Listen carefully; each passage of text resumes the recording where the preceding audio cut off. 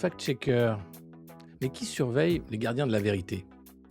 Il existe une activité parfaitement légitime, indispensable même au journalisme, c'est vérifier un chiffre, retrouver un document, confronter une déclaration politique aux faits et puis recouper les sources. Ça, c'est du journalisme. Puis il existe autre chose. Un écosystème dans lequel des journalistes, des associations, des fondations privées, des plateformes numériques, des ministères, des autorités administratives et des institutions européennes se retrouvent pour définir ce qui relève de la bonne information, de la désinformation, du complotisme ou du contenu problématique. Ce système ne porte pas officiellement le nom d'un ministère, ce n'est pas le ministère de la vérité, il n'a pas d'uniforme, il n'a pas de pouvoir en tant que tel de mettre quelqu'un en prison ou de lui enlever ses droits civiques. Mais il peut contribuer à classer, étiqueter, rendre suspect, déréférencer, démonétiser, invisibiliser un contenu. Il peut aussi fournir aux responsables politiques le vocabulaire, les statistiques, la caution intellectuelle et scientifique nécessaire à de nouvelles réglementations de censure de la parole publique. Et c'est là que le fact-checking cesse d'être seulement du journalisme pour devenir un instrument de gouvernance de l'espace public.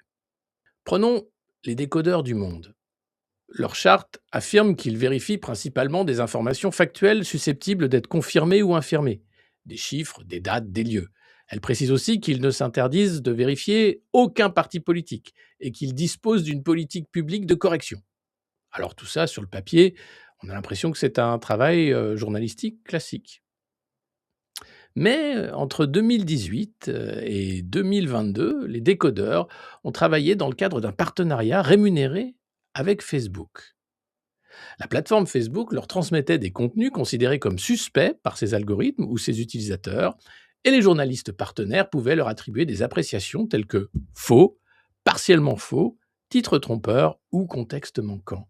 Certaines de ces appréciations conduisaient ensuite Facebook à réduire la visibilité des publications concernées. Le partenariat était rémunéré par la plateforme. Premier basculement.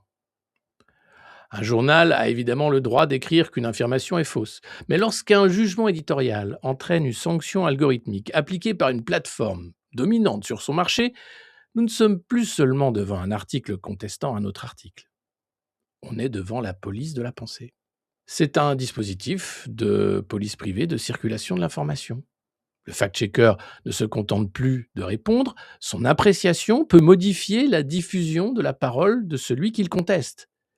Il ne prononce pas une interdiction judiciaire, il ne produit pas une décision de justice. Non, c'est simplement un choix éditorial qui déclenche une conséquence technique. C'est beaucoup plus discret qu'une censure administrative.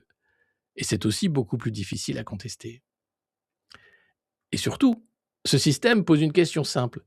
Qui décide de ce qui mérite d'être vérifié? Car le pouvoir du fact-checking, c'est pas seulement la réponse, c'est aussi la sélection, le choix des questions.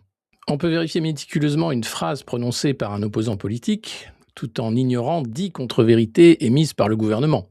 On peut contrôler un chiffre exact, mais présenté de manière polémique et laisser passer un cadrage général trompeur, qui serait produit par une institution officielle. L'objectivité de la méthode ne garantit donc pas la neutralité de l'agenda éditorial. Autre cas, Conspiracy Watch et son réseau institutionnel. Conspiracy Watch constitue un autre cas très intéressant. Le site a été créé par Rudi Reichstadt en 2007. Il est édité par l'Observatoire du conspirationnisme, une association loi 1901, et il est devenu professionnel à partir de 2017 avec le soutien financier de la Fondation pour la mémoire de la Shoah. Son financement repose aujourd'hui principalement, selon sa propre charte, sur cette fondation, des subventions publiques attribuées à des projets particuliers et les dons de ses lecteurs. L'association affirme limiter la part des fonds publics à 50% de son budget général.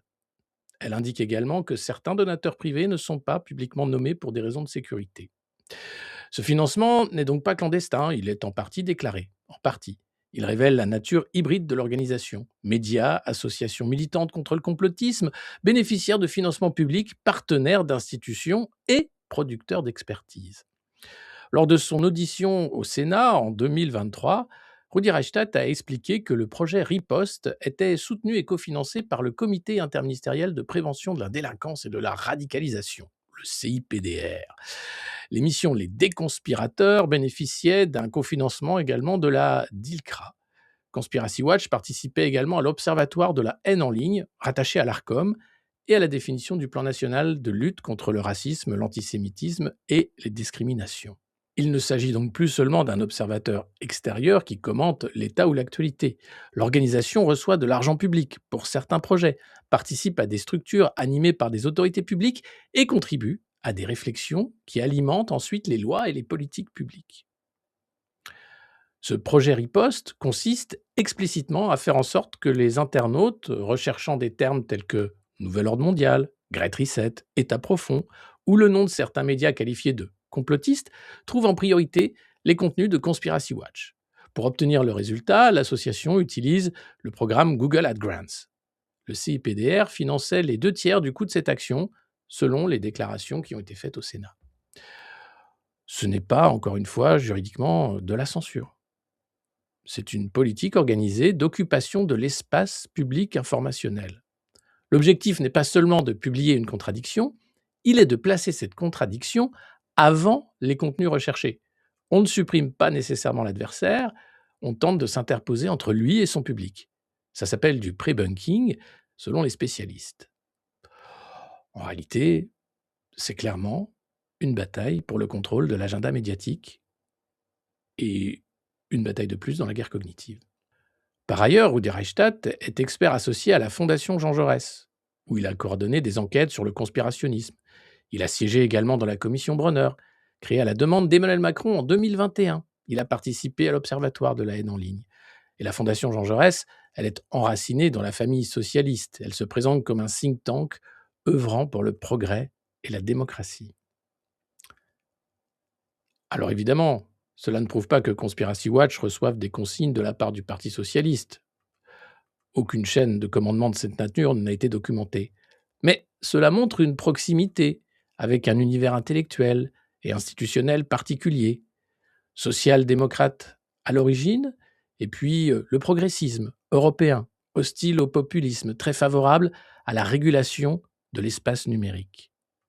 Le problème démocratique ne réside pas forcément dans un complot centralisé, non. Il réside plutôt dans une homogénéité sociologique.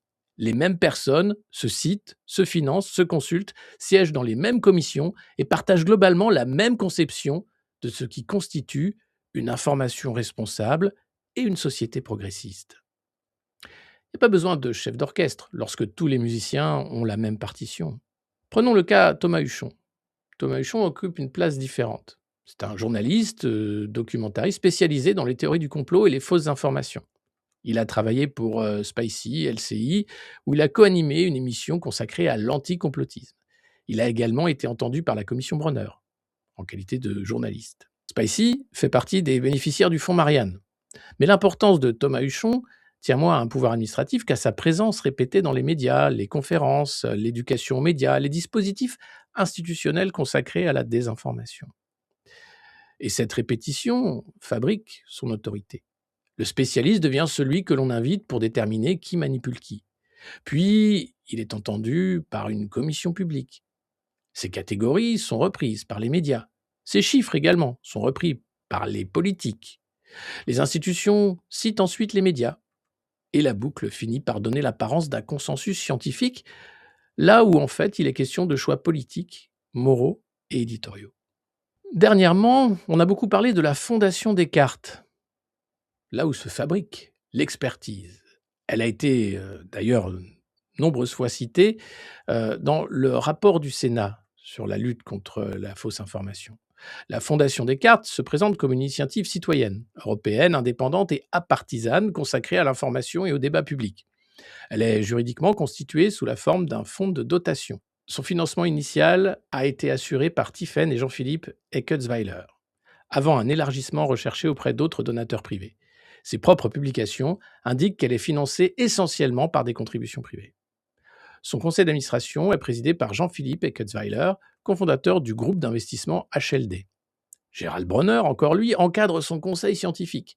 On trouve également dans sa gouvernance un diplomate français et une ancienne membre de l'ARCOM. Un réseau apparaît. Capital privé, recherche universitaire, diplomatie, régulateur audiovisuel et expertise sur la désinformation. En avril 2024, la Fondation Descartes a rejoint De Facto, aux côtés de l'AFP, de France Info, Libération, 20 minutes, du Clémy, des surligneurs, du laboratoire Caris de l'université Panthéon-Assas. Et De Facto, c'est le réseau européen EDMO, financé par l'Union européenne. Un budget doté de 400 000 euros sur 30 mois. Nous obtenons donc une chaîne presque complète. Des fondations produisent des études. Des chercheurs élaborent des catégories. Des médias produisent des vérifications. Des associations cartographient les récits et les personnes. Les plateformes appliquent des labels ou réduisent la diffusion. Et les autorités publiques financent certains projets. Les gouvernements convoquent les mêmes experts et l'Union européenne structure et finance ces réseaux transnationaux chargés de lutter contre la désinformation. Il s'agit bien d'un écosystème, et le qualifier ainsi n'a rien de complotiste. C'est une description institutionnelle. Quand la vérification devient surveillance, pourquoi on peut parler de surveillance? Alors, pas de surveillance au sens policier, non, les décodeurs Conspiracy Watch n'interceptent pas vos communications et ne disposent pas de pouvoir judiciaire. Mais ils exercent une veille permanente sur les paroles publiques, les récits, les personnalités, les sites, les vidéos, les communautés numériques. Ils identifient des réseaux, répertorient des discours, construisent des bases de données et attribuent des catégories. Or, une catégorie, c'est jamais neutre. Dire qu'une information est fausse, c'est un jugement vérifiable. En revanche, qualifier une personne de complotiste, de désinformateur, d'influenceur pro-Kremlin, d'acteur de mésinformation ou d'ingérence intérieure, là, c'est autre chose. C'est créer une identité publique, durable. Les soupçons se déplacent du contenu vers l'auteur. À partir de là, tout ce que dira cet auteur pourra être lu à travers cette étiquette. Il ne sera plus contredit, il sera chargé par son dossier. Et c'est précisément le fonctionnement d'un commissariat politique. Non pas interdire les opinions, distribuer les certificats de fréquentabilité. La dangerosité de ce système apparaît lorsque les frontières deviennent floues entre trois catégories différentes. Une erreur factuelle, une interprétation discutable ou une opinion politique dissidente. On peut vérifier le montant d'un budget, mais on ne peut pas fact-checker scientifiquement l'idée selon laquelle l'Union européenne affaiblit la souveraineté nationale. On peut comparer des traités, des compétences et des décisions, mais la conclusion demeure une opinion politique. On peut vérifier le nombre d'armes livrées à un pays, on ne peut pas proclamer scientifiquement qu'une politique étrangère est juste ou de l'ingérence. Le danger commence lorsque l'autorité acquise sur les faits est utilisée pour arbitrer les opinions, les interprétations. Alors, se pose la question, est-ce qu'il existe une base scientifique au fact-checking? Oui, mais elle est très limitée, contrairement à ce que voudrait faire croire le discours public. Des recherches expérimentales montrent que l'exposition à des vérifications peut réduire la croyance dans certaines fausses informations. Une étude internationale qui a été publiée dans Proceedings of National Academy of Science a constaté que des fact-checks réduisaient en moyenne la croyance dans des informations erronées. D'autres travaux montrent qu'une exposition durable à des vérifications peut améliorer la capacité à distinguer vraies et fausses informations. Mais d'autres recherches constatent que les labels de crédibilité ont des effets moyens, voire limités. Les corrections améliorent souvent l'exactitude factuelle sans modifier réellement les attitudes politiques. Les effets peuvent s'estomper avec le temps, varier en fonction des publics et dépendre de la confiance accordée à la source. Plus fondamentalement, les chercheurs discutent encore la manière de mesurer les croyances erronées. Certaines enquêtes peuvent confondre conviction profonde, réponse partisane, incertitude et simple réaction à une question. La science peut donc étudier comment une correction influence une croyance. Mais elle ne peut pas désigner démocratiquement celui qui doit posséder le pouvoir de corriger tout le monde. La démocratie, c'est le droit de dire à peu près n'importe quoi, de débattre, et si jamais ce qui est dit doit être censuré par la loi, pourquoi pas, mais a posteriori. On ne peut pas déduire non plus d'un effet statistique du fait que l'invisibilisation d'une opinion légale serait légitime. Passer de cette méthode améliore parfois l'exactitude à ces acteurs doivent pouvoir influencer la distribution des discours, Ce n'est pas une conclusion scientifique. C'est encore une fois une décision politique. Le droit français et européen est beaucoup plus prudent que certains militants de l'ultra-régulation. Le rapport de la commission Bronner lui-même reconnaît que dans un système libéral, diffuser une information partiellement ou totalement fausse n'est pas en soi un acte répréhensible. La liberté d'expression protège aussi les informations inexactes et les propos qui heurtent, choquent ou inquiètent. Le rapport avertit qu'une définition trop large de la désinformation serait même juridiquement dangereuse. L'article 27 de la loi de 1881 ne sanctionne une fausse nouvelle que sous des conditions étroites. Elle doit être communiquée au public, être susceptible de troubler la paix publique et avoir été diffusée de mauvaise foi.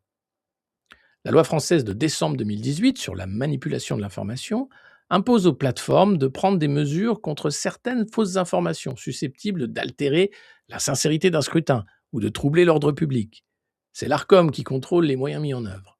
Mais cette loi ne transforme pas chaque appréciation d'un fact-checker en vérité judiciaire. Enfin, le DSA, le Digital Service Act européen, prévoit des signaleurs de confiance, dont les notifications doivent être traitées prioritairement. Mais le texte concerne la détection de contenus illicites. Il exige que ces organismes soient indépendants des plateformes et travaillent avec diligence, précision et objectivité. Une information simplement contestable ou fausse n'est pas automatiquement illicite.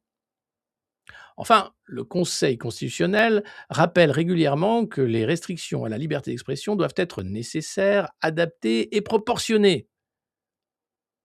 En 2020, il a censuré les principales dispositions de la loi Avia contre les contenus haineux, précisément parce que la lutte contre des abus réels ne permet pas de mettre en place n'importe quel mécanisme de retrait ou de censure. Comment les fact-checkers peuvent-ils malgré tout favoriser l'adoption de ces lois restrictives? Alors, ils ne rédigent pas directement les lois. C'est un processus plus subtil. Les autorités financent des programmes de lutte contre la désinformation. Ces programmes produisent des rapports, des cartographies, des alertes. Les rapports établissent que la désinformation constitue une menace majeure. Et les gouvernements convoquent les producteurs de ces rapports, en tant qu'experts. Puis ensuite, les pouvoirs publics s'appuient sur cette expertise pour justifier davantage de régulation et davantage de financement et de reconnaissance aux acteurs de l'écosystème de censure. C'est une boucle de légitimation. La commission Bronner, qui a été lancée par Emmanuel Macron, réunissait Rudi Reichstadt, Laurent Cordonnier, directeur de la recherche de la Fondation Descartes. Elle a consulté Thomas Huchon, des représentants de Google, Twitter, TikTok, des médias, des administrations et des autorités de régulation. Puis elle a recommandé une coopération renforcée entre régulateurs, plateformes et acteurs spécialisés dans la modération. Ces acteurs ne sont donc pas des fact-checkers officiels, ils n'ont aucun monopole légal de la vérité, mais ils peuvent devenir para-officiels, par accumulation de fonctions, financés pour certains projets, consultés par l'État, partenaires de médias publics, intégrés à des réseaux européens, reconnus même par les plateformes. Le danger, c'est que leur appréciation précède la décision d'un algorithme, d'un annonceur, d'un employeur, d'une banque ou d'une administration. Alors, qui contrôle les contrôleurs? Une démocratie, effectivement, a besoin de vérification, mais elle a surtout besoin de contradictions. Tout organisme capable d'entraîner une réduction de visibilité devrait publier l'intégralité de ses financements, le montant de ses contrats, ses critères de sélection, ses taux d'erreur, ses corrections et la liste de ses interventions auprès des pouvoirs publics. Aucune sanction algorithmique ne devrait reposer sur le jugement d'un seul média ou d'une seule association. Toute personne visée devrait disposer d'un droit de réponse, d'une procédure d'appel, d'un accès aux éléments ayant motivé le classement de son contenu. Les faits démontrables devraient être clairement séparés des interprétations, des prévisions et des opinions. Et surtout, le retrait d'une expression légale ne devrait jamais être décidé indirectement par une coalition opaque entre une plateforme, un prestataire éditorial et une autorité administrative. La démocratie, ce n'est pas le régime dans lequel tout le monde dit la vérité. C'est un régime dans lequel personne ne possède le pouvoir exclusif de décider ce que les autres ont le droit de dire. Les fact-checkers répondent souvent qu'ils ne censurent personne, et c'est exact, c'est vrai. Mais entre la suppression brutale et la liberté réelle, il y a maintenant une immense zone grise. Avertissement, déclassement, déréférencement, démotisation, réduction de portée, réputation dégradée. La censure moderne ne brûle plus les livres. On pourrait dire qu'elle les laisse sur une étagère très haute, et puis elle éteint la lumière. Alors il est de notre devoir de lutter contre cette censure et de dénoncer chaque loi de réglementation de la parole publique qui dépasserait le simple cadre de la démocratie. Parce que ce qui est en jeu, c'est nos libertés, notre droit à l'information et notre droit à l'opinion. Merci. Et si vous avez suivi cette vidéo jusqu'au bout, mettez un pouce et abonnez-vous au Monde Moderne. À bientôt.